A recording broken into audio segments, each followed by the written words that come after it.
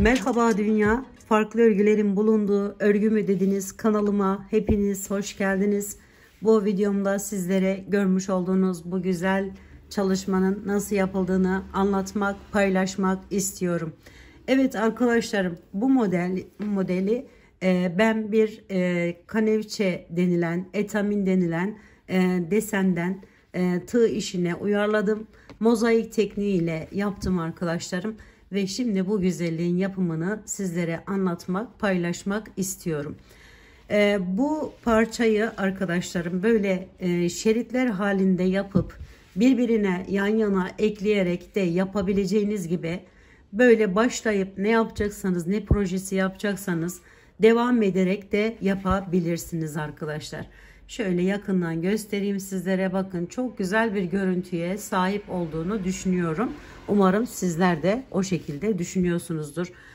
Şöyle 3 milim tığ kullandım modelimi yaparken. Alize Cotton Gold'un arkadaşlar. Şöyle biri düz olan, biri de batik olan iplerini kullanarak yaptım. Ben size şuraya kadar anlatacağım. Onun için de ilk önce 30 tane zincir çekerek başlıyorum. Şöyle. Evet, bu şekilde başlıyoruz.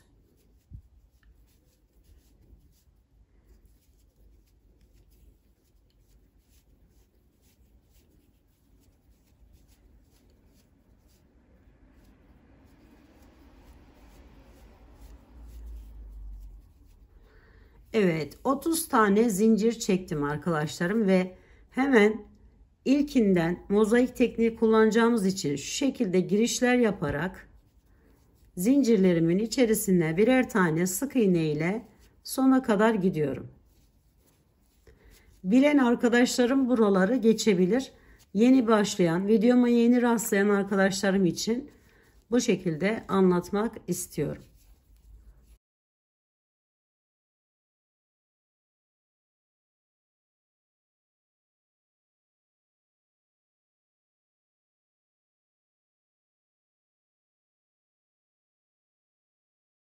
Sona geldiğimizde arkadaşlarım bakın şu fazla ipimi şu şekilde alıyorum. Buradan onu da aradan kaybedebilirsiniz.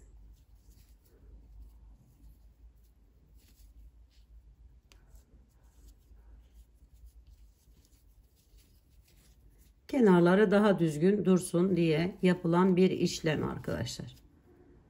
Şu şekilde giriş yapıyorum. Sona geldim. Buraya bir tane sık iğnemi yapıyorum. Bir tane zincir çekiyorum ve bu ipimi kesiyorum. Bu ip kesmeler bazı arkadaşlarıma zor geliyor. Hiç zor gelmesin. Daha büyük projeler yapacağınız için bir yerden bir yere gidene kadar epey süre geçiyor ve daha kolay oluyor arkadaşlar. Şimdi yeni başlayan arkadaşlarım için bakın, burada kenarda şu şekilde yerimiz var. Buradan giriş yapıyoruz şu şekilde ve diğer ipimi alıyorum. Bağlamalar hep bu şekilde yapılıyor arkadaşlar. Bir tane zincir çekiyorum ve yanındaki bakın sık iğnemin üzerinden arka tarafında, yani şöyle V gibi olan yerin arka kısmından giriş yapıyorum. Ve bu ipimi de aradan götürerek bir sırada bu ipimle geçiyorum arkadaşlar. hep buradan alıyoruz arkadaşlarım. Hep arka kısmındaki yerden alıyoruz. İkili trabzanlarla çalışma yapacağız ve ikili trabzanlarımızı ön tarafında bırakmış olduğumuz buralara yaparak devam edeceğiz. Mozaik tekniğinin en önemli özelliklerinden bir tanesi de bu şekilde yapılması.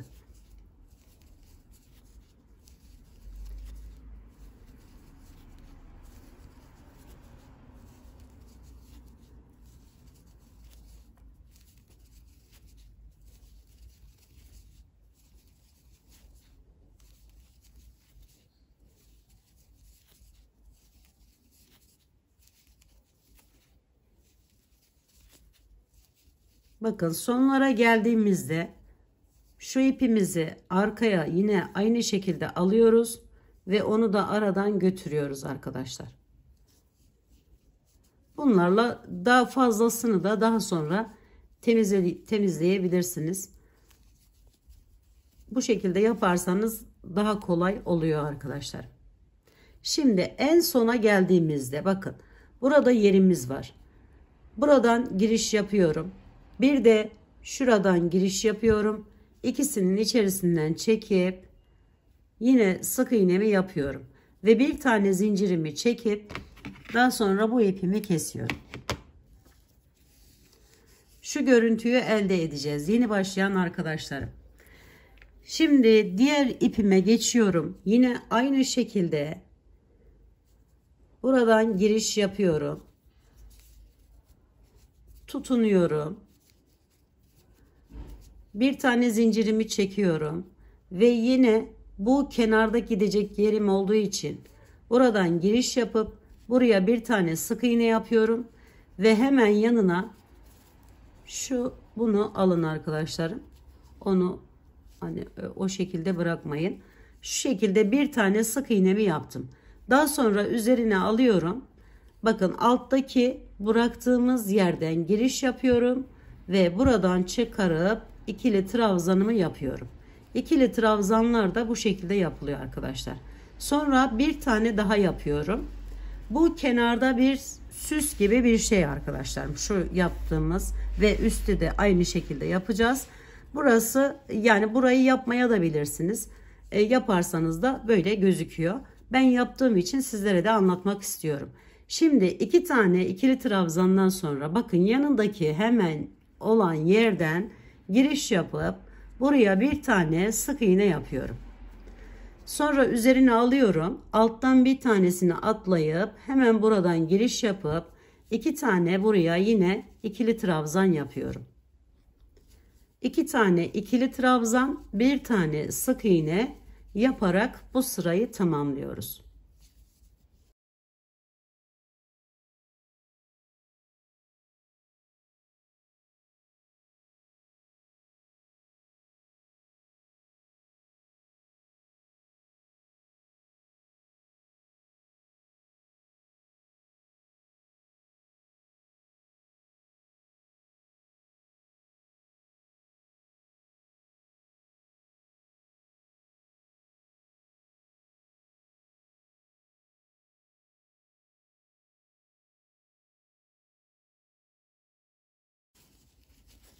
Sona geldiğimizde yine bu ipimizi bu şekilde yapıp hemen buradan bir tane sık iğnemi yapıyorum. 2 tane şöyle alıyorum bakın.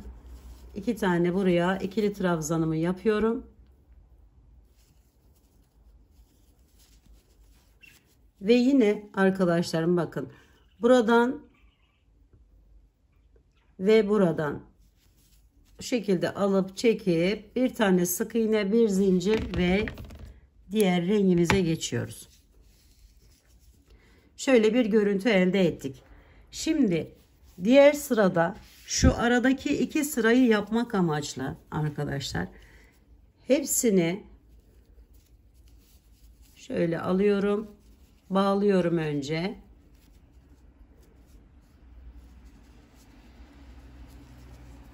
Bu şekilde ve sık iğne ile devam ediyorum.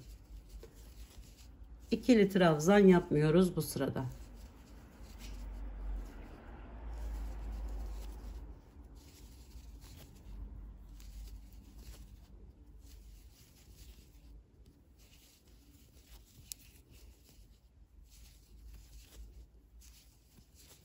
Evet, sık iğnelerle geçip diğer rengimize geçelim arkadaşlar.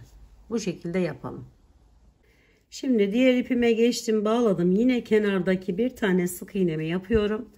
Üzerine alıyorum. Bu defa arkadaşlarım hepsini ikili trabzan ile geçiyorum. Bu şekilde alarak bakın şu sırayı yapıyoruz. Bir diğer sırada aynı bu şimdi yapacağımız sıralar gibi devam edecek arkadaşlarım. Yani aynı şekilde bu krem rengi rengimizden üzerinden geçeceğiz ve sonra diğer rengimizle, yani şu anda yaptığımız işlemi tekrarlayacağız. 2 sıra bu şekilde devam edeceğiz.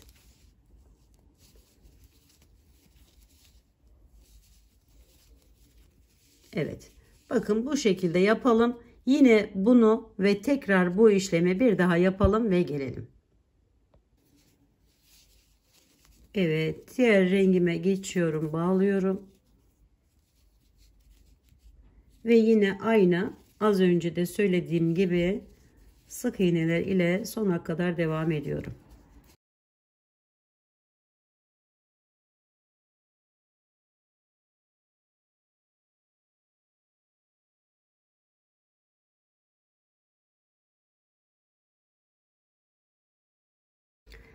Evet arkadaşlarım, bakın görüntümüz bu şekle gelecek. Bir sıra daha üzerine bu krem rengi rengimle yaptım ve şimdi artık buraları yapmaya başlayacağız. Önce bu ipimizi hemen şu şekilde alalım ve bağlayalım. Şimdi kenardaki bu sık iğnemizi hiç bozmadan devam ediyoruz. Üzerine alıyorum. 6 tane ikili trabzan yapıyorum buraya. Şöyle 1 2 3 4 5 ve 6. 6 tane yaptıktan sonra bakın şurada, buraya başlamak için bir tanesine sık iğne yapıyorum. Bu şekilde araya 5 tane ikili trabzan yapıyorum. 1 2 3 4 ve 5. Şimdi şu aradaki yeri başlayacağız. Burası için de 4 tane sık iğne yaparak devam ediyorum. 1 2 3 ve 4. Daha sonra yine 5 tane ikili trabzan yapıyorum. 1 2 3 4 ve 5. Daha sonra diğer çiçeğimizin bakın şurasını başlamak amaçlı bir tane araya sık iğne, sonra yine 5 tane ikili trabzan ile devam ediyorum. 1 2 3 4 5. Burası diğer kenar olduğu için bu şekilde devam edeceğiz. Artık yeni bir çiçeğe başlamayacağız. Onun için arkadaşlar 6 tane de buraya ikili trabzan yapmış oluyorum. Şimdi devam etme şeklimiz, şunu kestikten sonra anlatayım. Bu sırada kenarlarda 6, bir tane 6'dan sonra bir tane burası için, 4-5 tane araya ikili trabzan, 4 tane burası için yer bırakıyoruz. 5 arada bir tane, 5 4 bu şekilde devam ediyor. Bakın gördüğünüz gibi. Şimdi buraya kadar gelmiş olduk biz. Şöyle bir tane şu yeri yapacağız. Daha sonra diğer rengime geçiyorum. Artık bu rengimizle arada bıraktığımız boşlukları tamamlayacağız arkadaşlar. Yani sadece oralara ikili trabzan yapacağız. Diğer yerleri sık iğne ile geçeceğiz. Şu şekilde devam ediyorum. Bu sayıları tam olarak oturturursanız modeliniz devam eder gider. ve güzel bir şey ortaya çıkar arkadaşlar. Şimdi bakın bir tane boş bırakmıştık. Hemen buraya bir tane ikili trabzan yapıyorum. Sonra tekrar 5 tane sık iğne ile devam ediyorum.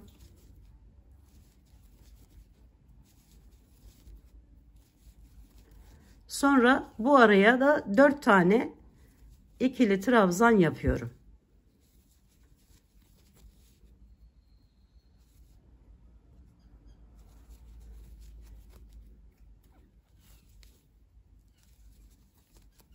Yine 5 tane sık iğne. Yani boş bıraktığımız yerlere sadece ikili trabzan yapıyoruz kısaca. Diğer yerlere ise sık iğne ile geçiyoruz.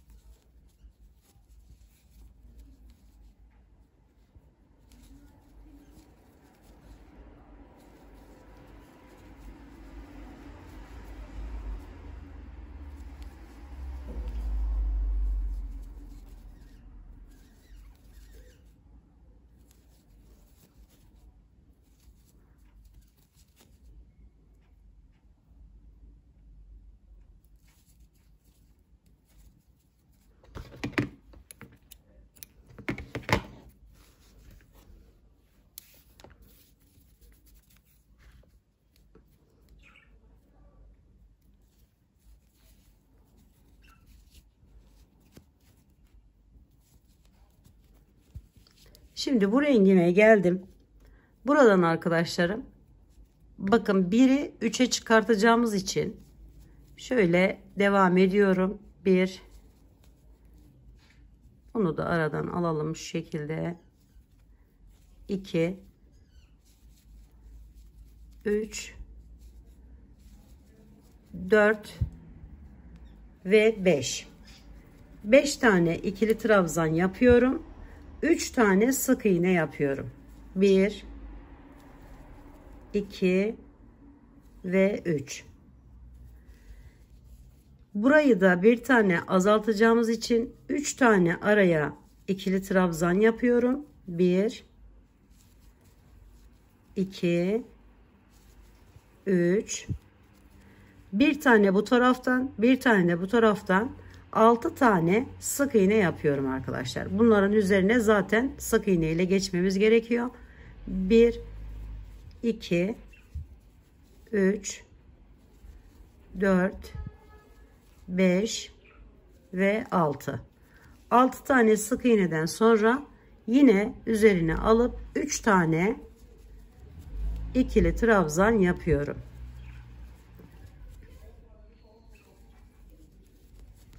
Sonra 3 tane sık iğne yapıyorum. 1, 2 ve 3. Bu şekilde. Sonra kenarda 6 tane kalmıştı. 5 tane kaldı arkadaşlar. 5 tane ikili trabzan yaparak bu sırayı bitirip diğer rengimize geçiyoruz.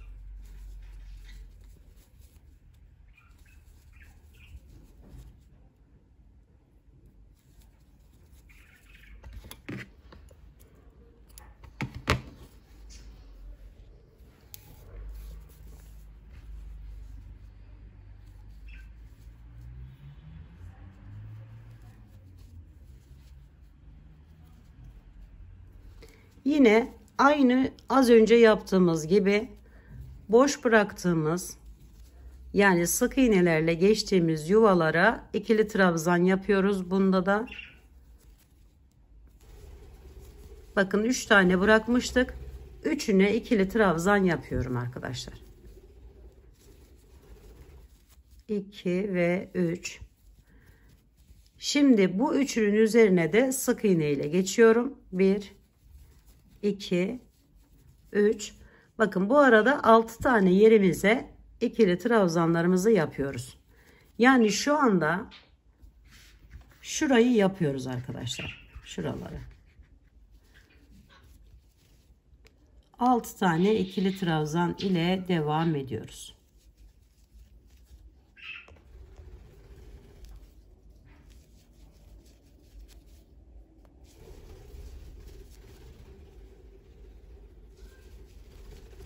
Yine 3 tane sık iğne yapıyorum. Yine 3 tane ikili trabzan yapıyorum.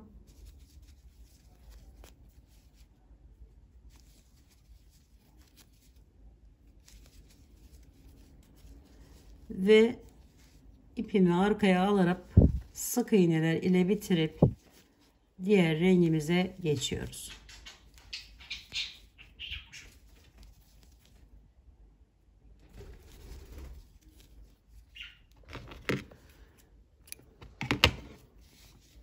Evet, bakın görüntümüz bu şekle gelmiş oldu. Şimdi hemen diğer rengimi bağlıyorum.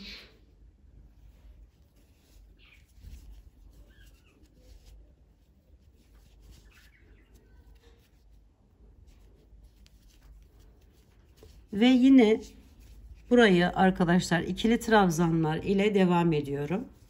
Buradaki sayımız 3, o değişmeyecek. Ondan dolayı herhangi bir eksiltme yapmayacağız ikili trabzan sayımızda. Şöyle 5 tane ikili trabzan ile devam ediyorum. 3, 4 ve 5.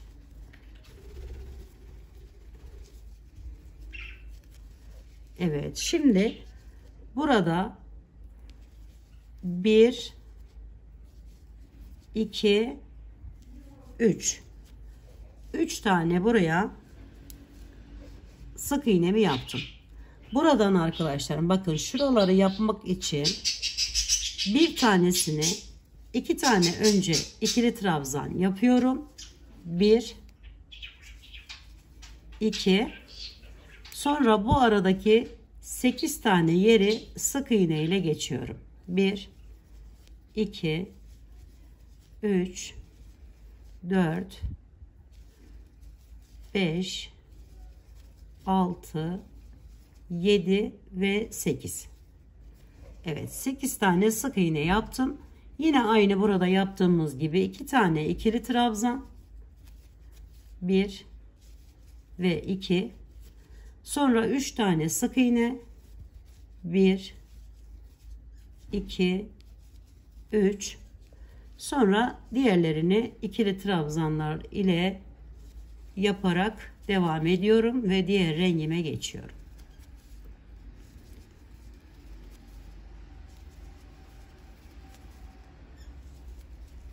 Şimdi burada size bir şey daha göstermek istiyorum. Bakın bu ipimi içine hiç almadım.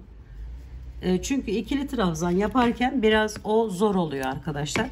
Şimdi gelirken diğer rengim ile onu sık iğne ile bitirdiğimiz için arasından alacağız. Onu da göstermiş olalım. Şimdi bunu bağladım. Şöyle bir tane zincir çektikten sonra sık iğneler ile devam ediyorum.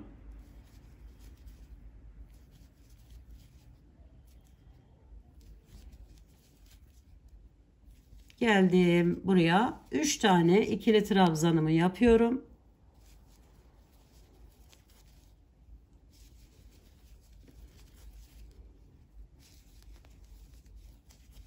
İki tane sık iğnemi yapıyorum. 1 2, daha sonra bir tane buraya ikili trabzan yapıyorum. Az önce bıraktığım bu altının haricinde bıraktığım kenardan yere arkadaşlar şu şekilde. Araya 6 tane sık iğne ile devam ediyorum. 1 2 3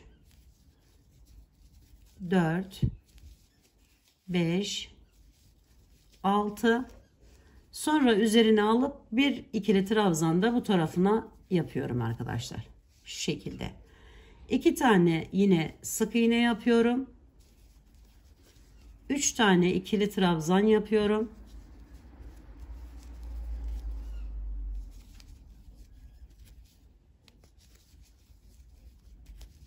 Sonra bakın bu ipimi aldım. Bunu da yapamamıştım. Bakın şöyle alamamıştım içerisine.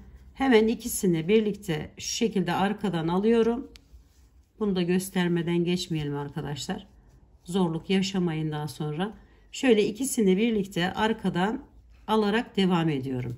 Yani aradan onları da götürmüş oluyorum arkadaşlar.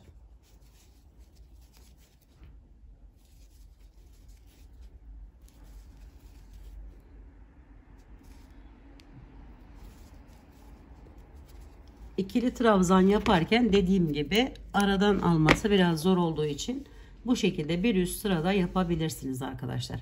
Evet, görüntümüz bu şekle geldi. Hemen diğer renk ipimize geçelim.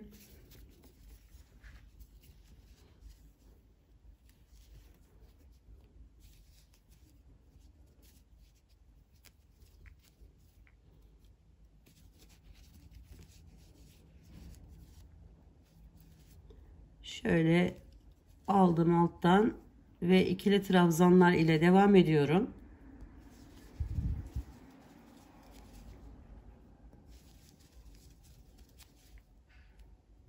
Yine sayısı değişmediği için herhangi bir eksiltme ya da çoğaltma yapmadan bu şekilde yapıyorum. 3 tane buraya şöyle 1 2 3 yine sık iğnemi yaptım. Sonra üzerine alıyorum. Bir tane ikili trabzan yapıyorum. 2 tane sık iğne yapıyorum. 1 2 kaydıracağım arkadaşlar bunu. Sonra araya 6 tane yine ikili trabzan ile devam ediyorum.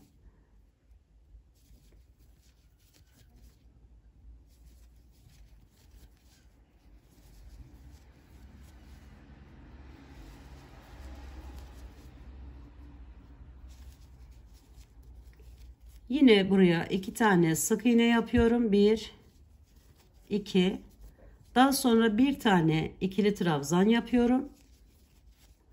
Sonra 3 tane sık iğne yapıyorum. 1 2 3 daha sonra kenardaki ikili trabzanlarımı yaparak bu sırayı tamamlamış oluyorum.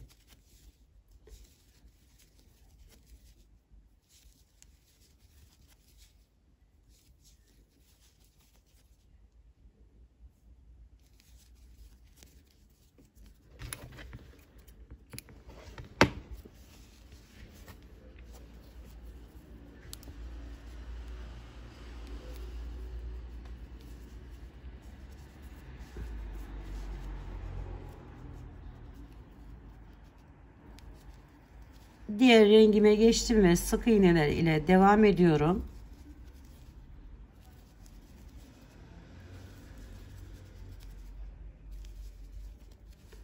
Buraya yine 3 tane ikili trabzan yapıyorum.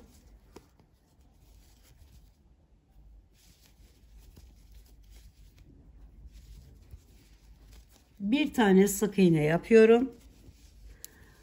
Sonra üzerine alıp buraya bir tane ikili trabzan yapıyorum. Ve yine sık iğneler ile devam ediyorum.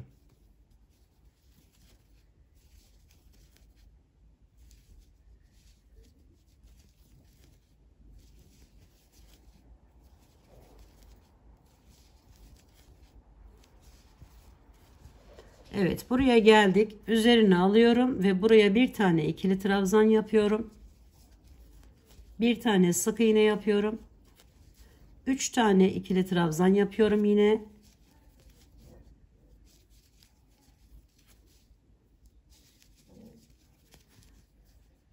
Sonra sık iğneler ile bitirip diğer rengime geçiyorum.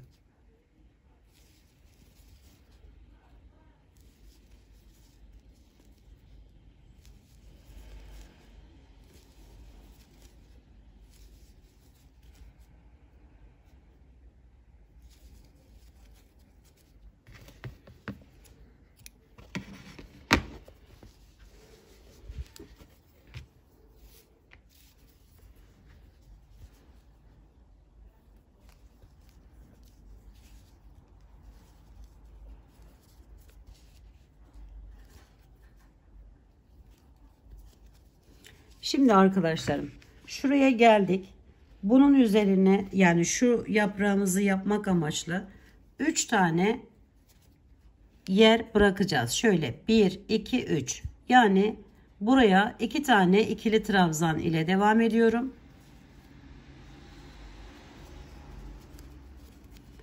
Sonra sık iğneler ile devam ediyorum.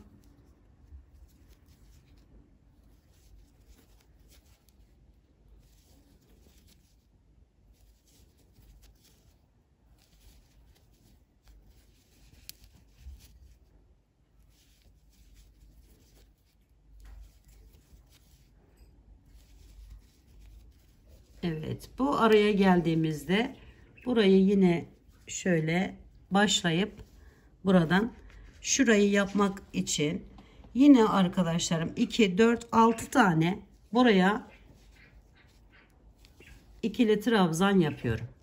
Bakın buradan yeni bir yer başlayacağımız için bu bir taneyi geçip bu 6 tanenin üzerine 6 tane ikili trabzan ile devam ediyoruz.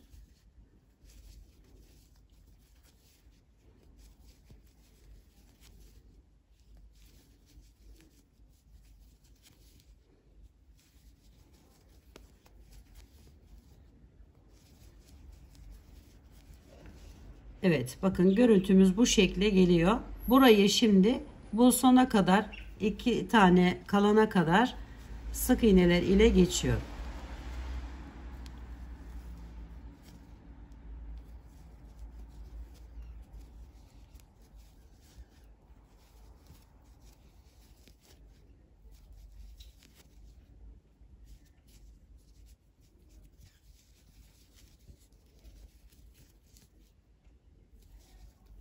Bir, iki, üç tane bıraktım ve 2 tane ikili trabzan yapıp bitiriyorum.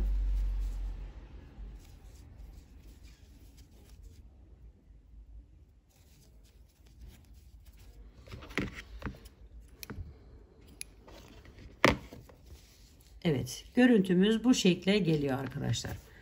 Şimdi diğer rengime geçiyorum hemen.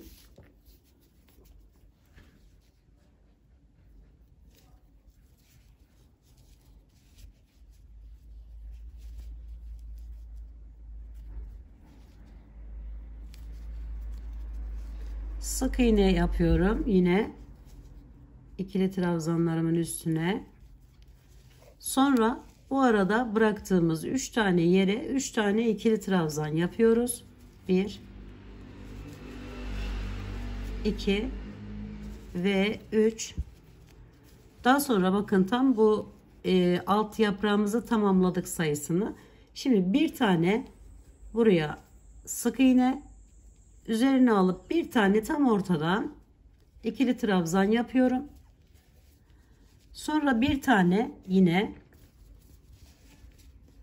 şöyle sık iğnemi yapıyorum.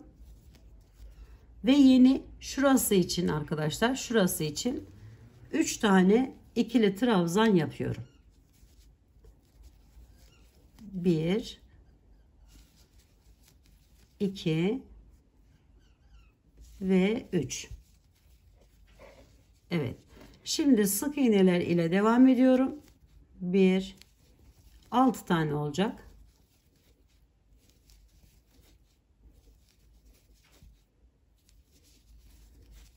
Şimdi yine 3 tane ikili trabzan.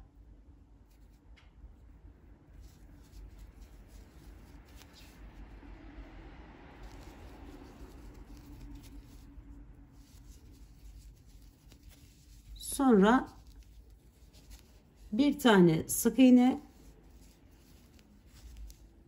bir tane ikili trabzan, bir tane sık iğne ve 3 tane ikili trabzan ile devam ediyorum.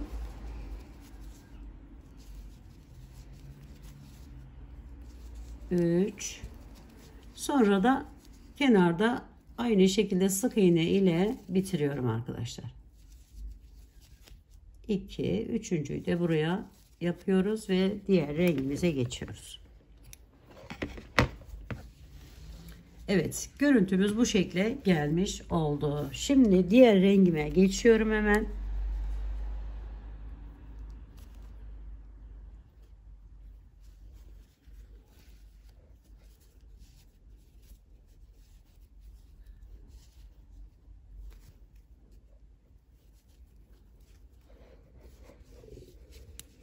Burada arkadaşlarım bu üçün sayısını 5'e çıkartacağız. Ondan dolayı bir tane üzerine alıyorum. Şu şekilde bir tane ikili trabzan yapıyorum. Bir tane bu tarafa doğru devam ettireceğim. Bu arayı hepsini sık iğne ile geçiyorum. Bakın şöyle devam ediyorum.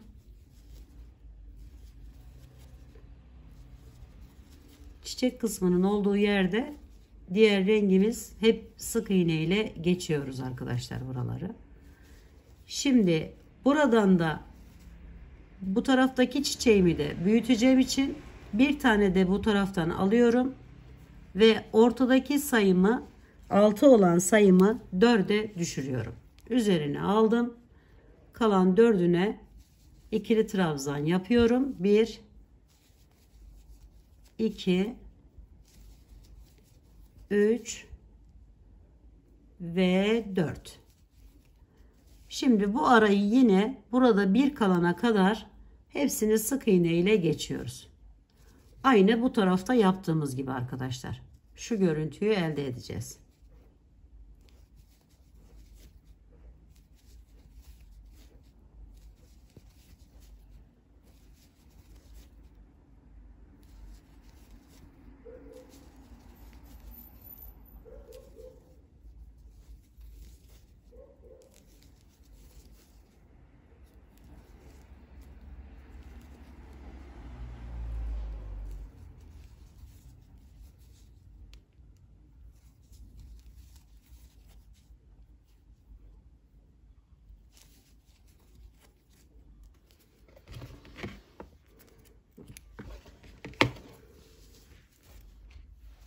Diğer rengime geçiyorum hemen.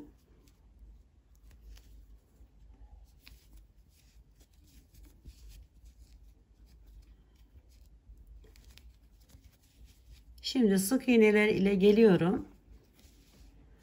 Ve buradan başlıyorum. Şöyle ikili trabzanlar yapıyorum.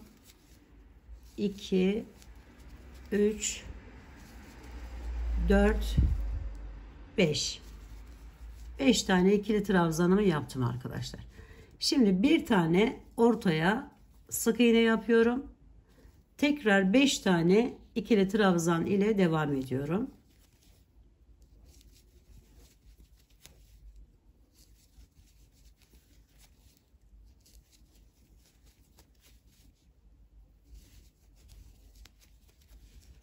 Bu şekilde yapıyoruz.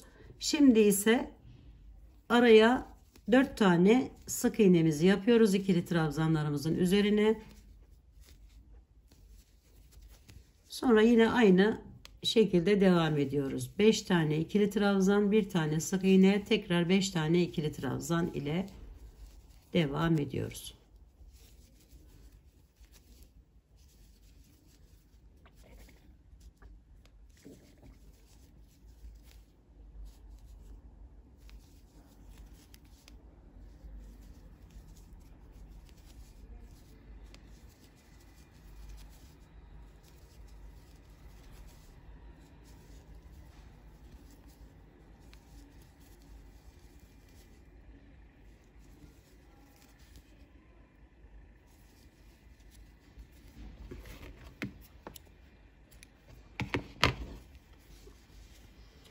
Evet, görüntümüz bu şekle geldi.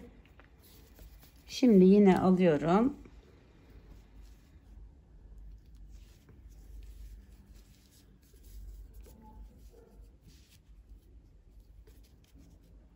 Bağlamamı yaptım. Bir tane buraya ikili trabzanımı yapıyorum. Ve burayı arkadaşlarım buraya kadar sık iğneler ile geliyorum. Ortadaki dörtlümün üzerine tekrar ikili trabzanlar yapacağım.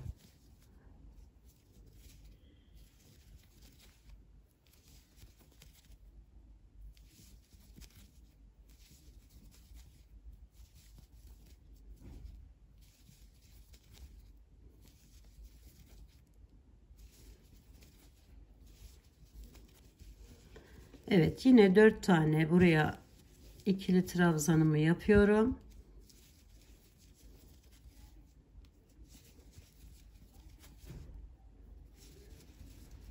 Sonra yine sık iğneler ile devam edip bir tane kenara ikili trabzan yapıyoruz ve bu rengimizi de bu sıramızı da tamamlamış oluyoruz.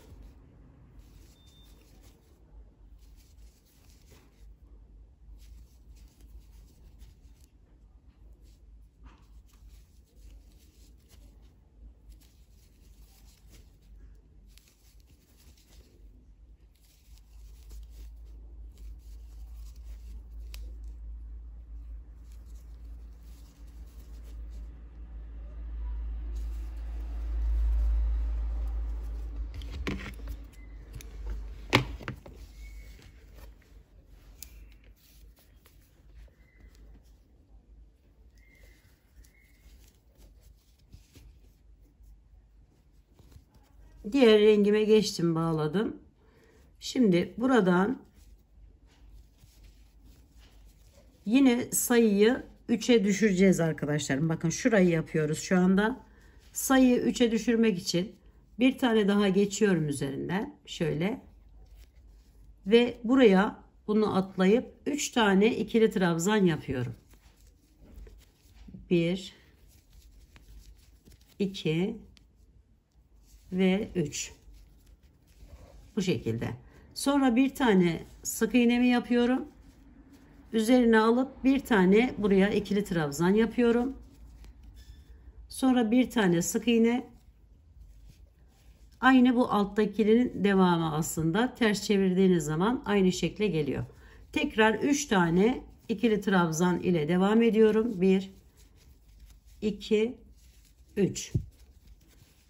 Aradaki sayıyı 6'ya çıkartıyoruz. Tekrardan sık iğne sayısını 2, 3, 4, 5 ve 6. Bu şekilde. Sonra 3 tane ikili trabzan.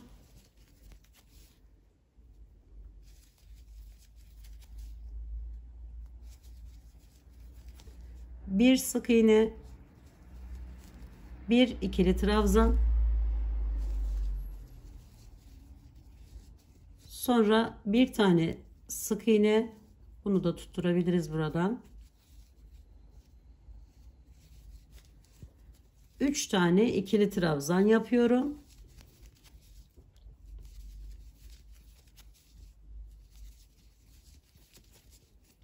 Ve 2 tane kenardakiyle 3 tane sık iğne yapıp bu rengimi tamamlıyorum. Evet, bakın şu şekilde bir görüntü elde ediyoruz arkadaşlar. Hemen diğer rengimize geçelim.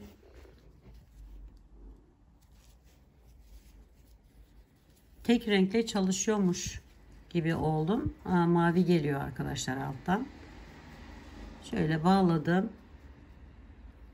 Sık iğnemi yapıyorum. Sonra üzerine alıp az önce boş bıraktığımız, yani sık iğne ile geçtiğimiz burayı şimdi 2'ye çıkartıyoruz tekrardan sayımızı. Bu arayı devam ettiriyorum arkadaşlar. Buraya kadar sık iğne ile geçiyorum.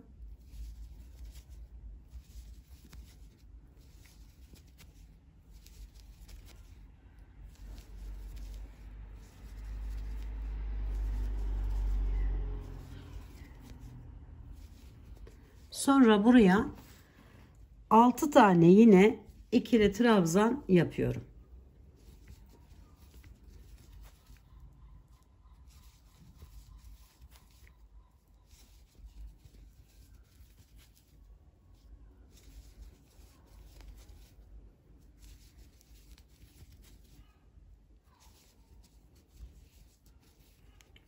Yine burayı sık iğneler ile geçip sonra 2 tane ikili trabzan yapıp bu rengimizi de tamamlıyoruz. Bu sıramızda tamamlamış oluyoruz arkadaşlar.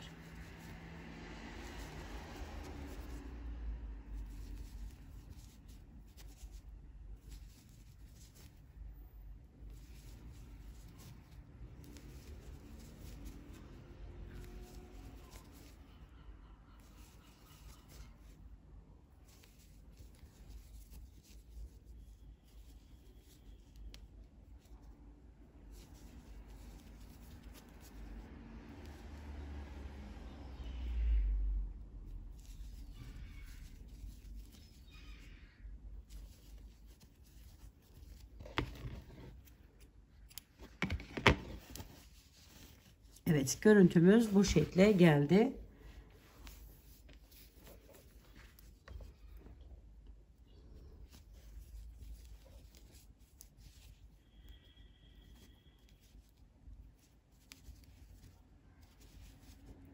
Sık iğne ile geliyorum yine.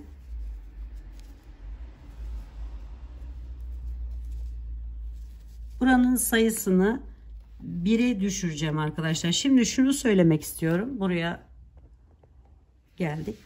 Bu bitiş yerlerinde bu şekildeydi. Ben de bu şekilde devam ettim. Bunu bakın burada farklı, burada farklı.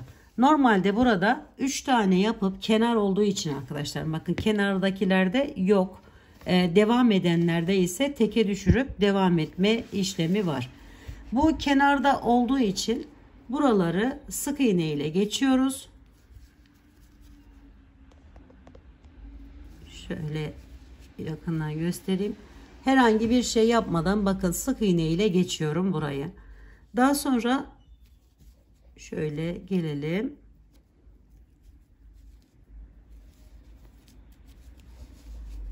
Şimdi buraya ise 3 tane ikili trabzan yapıyorum. Devam ediyorum. 1 2 3. Yani şunu da söyleyebilirim. Başlarken ve biterken bu şekilde çiçek de getirirseniz, bu şekilde yaparsanız daha güzel bir görüntüsü oluyor. Çünkü buradan bağlayacak herhangi bir yeri olmamış olduğu için. Şimdi 3 tane buraya araya ikili trabzanımı yaptıktan sonra bir tane şöyle sık iğnemi yapıyorum. Sonra üzerine alıyorum ve bu tam ortasından bir tane buraya ikili trabzan yapıyorum. Daha sonra bu arayı yine sık iğneler ile geçiyoruz.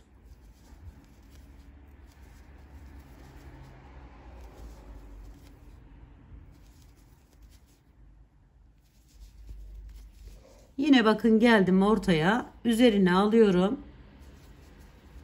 Tam ortadakinin üzerine bir tane ikili trabzan yapıyorum. Araya bir tane sık iğne yapıyorum.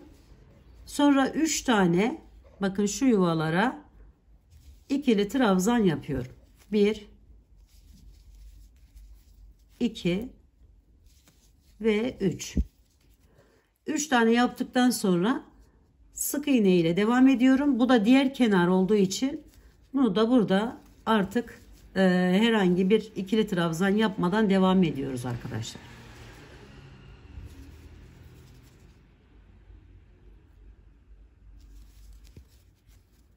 Evet, bu şekilde bitiriyoruz. Şöyle bir görüntümüz oldu. Şimdi diğer renk ipimize geçelim.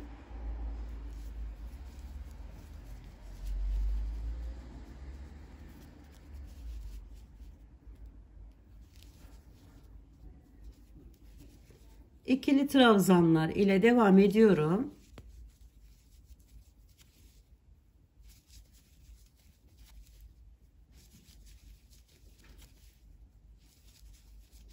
Beş tane. Sonra 3 tane sık iğnemi yapıyorum.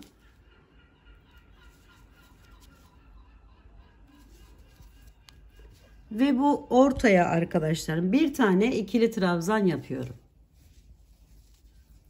Burası da önemli. Şimdi şuraya gelmiş bulunuyoruz. Buradan 2 tane sık iğne yapıyorum. 1 2. Daha sonra 6 tane yine ikili trabzan ile devam ediyorum. 1 2 3 4 5 6. Daha sonra yine 2 tane şöyle sık iğne ile devam ediyorum. Sonra bir tane ikili trabzan yapıyorum ikisinin arasına. 3 tane sık iğne ile devam ediyorum. 1 2 3. Geri kalanını ikili trabzanlar yaparak bu sırayı da tamamlıyorum. 5 tane olacak arkadaşlar.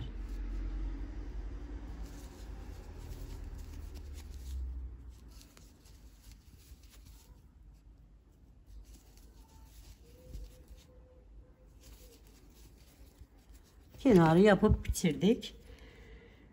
Ve diğer rengimize geçiyoruz.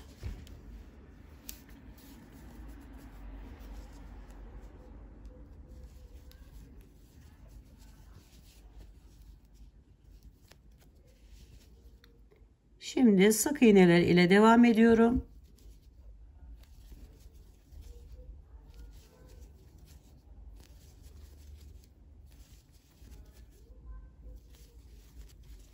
Bu aradaki 3 tanenin üzerine yine altta yaptığımız gibi 3 tane ikili trabzan yapıyorum.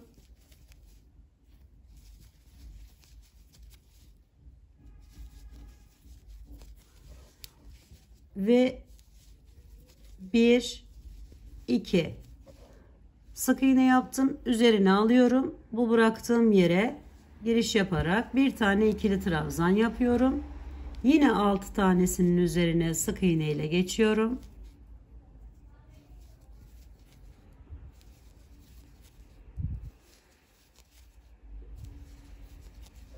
Sonra bir tane ikili trabzan. Hemen şöyle 1 2 tane sık iğne, 3 tane ikili trabzan.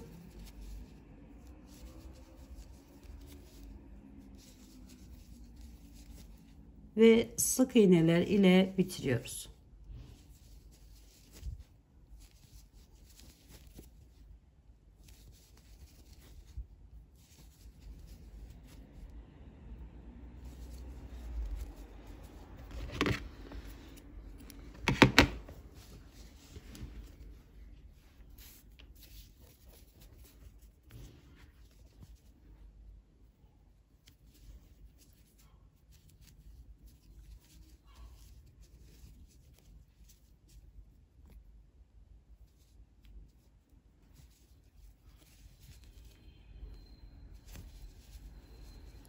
İkili trabzanlar yaparak devam ediyorum önce.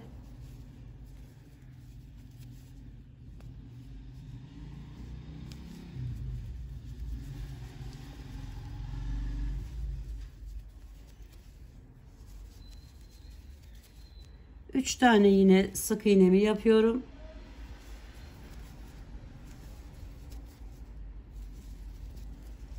Bu arada 2 olan sayımı 1 olan sayımı 2'ye çıkartacağım arkadaşlar. Şu ipi bir arkaya alalım. Evet, bakın bir taneydi. Şimdi bunu 2'ye çıkartıyorum. Yani 2 tane ikili trabzan yapıyorum. Ve arkadaşlarım, şurayı başlayacağım yapacağım için bu aranın hepsini sık iğne ile devam ediyorum.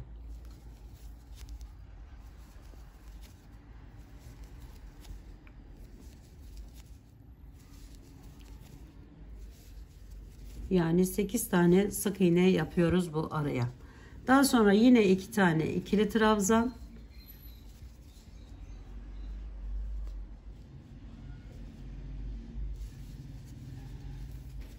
Üç tane sık iğne.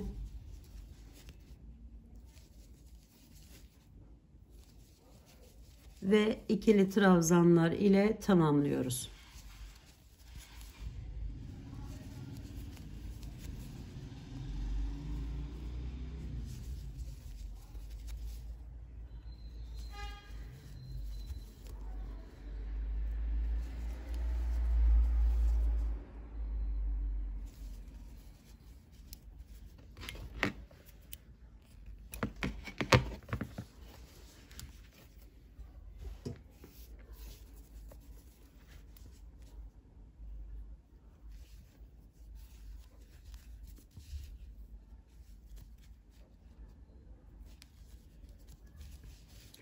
Sık iğneler ile geliyorum. 3 tane ikili trabzan yapıyorum.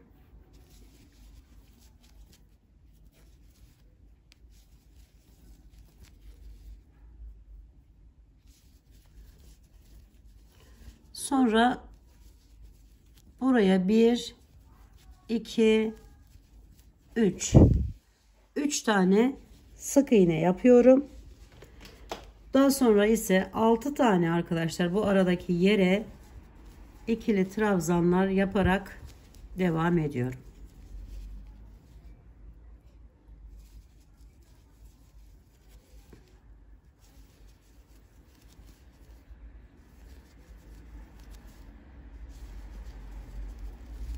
Yine 3 tane sık iğnemi yapıyorum önce. 1 2 3, daha sonra 3 tane ikili trabzanımı yapıyorum.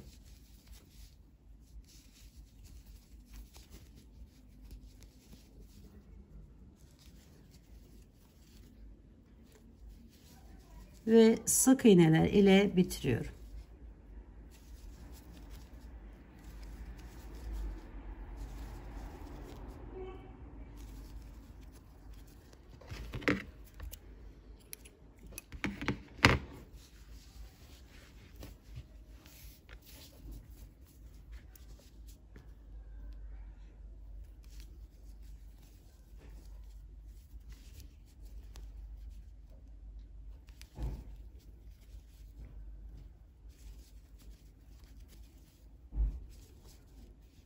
Diğer rengime geçtim gördüğünüz gibi ve ikili trabzanlar yaparak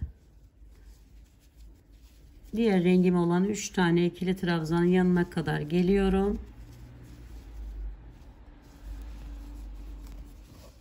Buraya yine 3 tane sık iğnemizi yapıyoruz.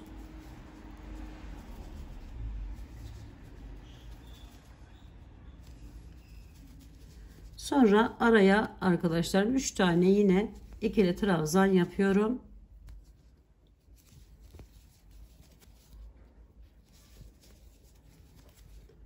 Aradaki 6 tanenin üzerine sık iğne ile devam ediyorum.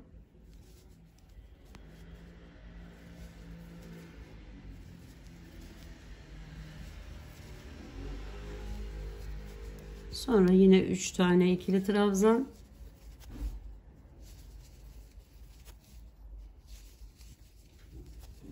Üç tane sık iğne.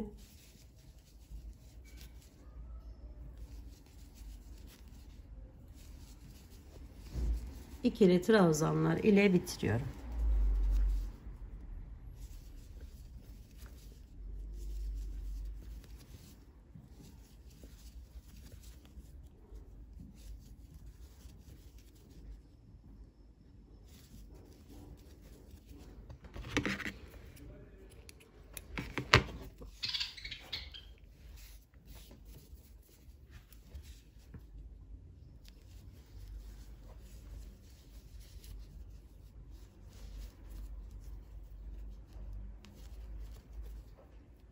Yine geçtim, bağladım ve devam ediyorum sık iğneler ile.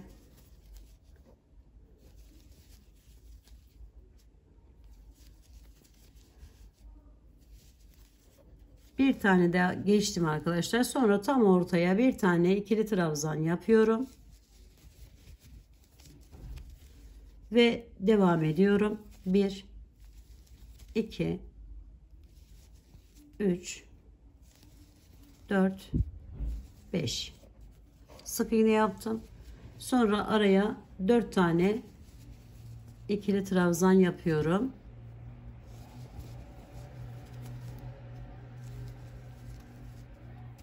Bu rengimizle son ikili trabzanlarımızı yapıyoruz bu sırada. Diğer sıralarda bu rengimiz hep sık iğne ile geçtiğimiz rengimiz arkadaşlar. Şimdi geçtim buraya. Bir tane buraya ikili trabzanımı yapıyorum yine. Sonra sık iğneler ile bu sırayı da tamamlıyorum.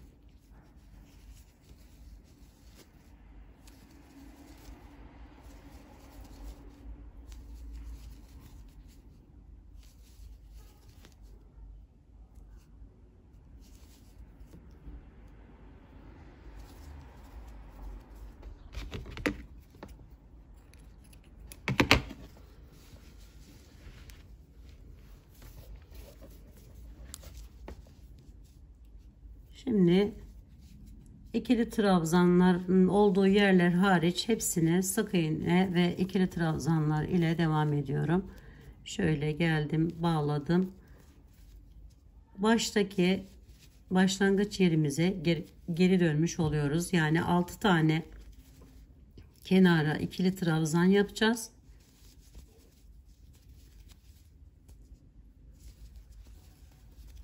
Beş ve 6. Sonra bir tane sık iğne,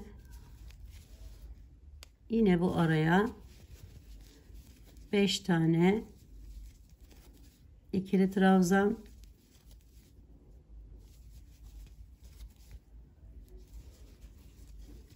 4 tane sık iğne,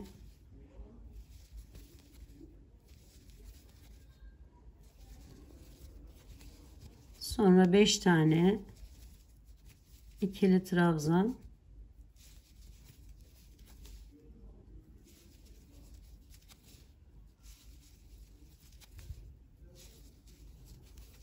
bir tane sık iğne ve 6 tane ikili trabzan ile bu rengimizle bu sıramızı da tamamlamış oluyoruz.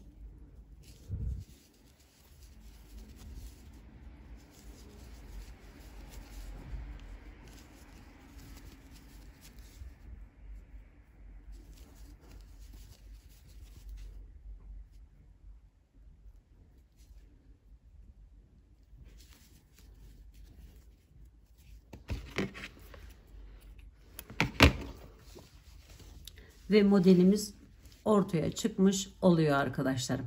Şimdi aynı diğer bu alt kısımlarda yaptığımız gibi önce bu rengimizle hepsini sık iğne olarak geçiyoruz. Bir sonraki sıramızda ise yine aynı hepsini ikili trabzan olarak devam ediyoruz. Ve modelimizi tamamen tamamlamış oluyoruz. Böyle devam edecek. Yani ilk iki sırada yaptığımız işlemi şimdi buraya da uygulayacağız. Ve böylelikle bu güzel model ortaya çıkmış olacak. Bakın arkadaşlar, şuradan göstereyim. Aynı iki sıra burada da yaptığımız gibi aynısını üstte yapacağız ve tamamlayacağız arkadaşlar. Evet, bu videomda da sizlere bu güzelliğin yapımını anlatmak, paylaşmak istedim. Umarım sevmiş ve beğenmişsinizdir. Eğer Alize Cotton Gold ip kullanıyorsanız arkadaşlar kesinlikle ütü yapın derim. Bakın önce böyle şeyler, dalgalanmalar falan oluyor. Onlar kesinlikle düzeliyor arkadaşlar. Bu şekle geliyor bakın. Ve çok güzel bir görüntü ortaya çıktığını düşünüyorum. Umarım sizler de o şekilde düşünüyorsunuzdur. Yapacak olan arkadaşlarıma şimdiden kolaylıklar diliyorum. Örgümü dediniz kanalıma abone olmayı, beğenmeyi, yorum yapmayı, paylaşımda bulunmayı unutmazsanız çok mutlu olurum arkadaşlar. Bir dahaki en güzel, en farklı, en değişik örgü modellerinde görüşmek üzere. Hoşça kalın, sağlıkla kalın, Allah'a emanet olun arkadaşlar.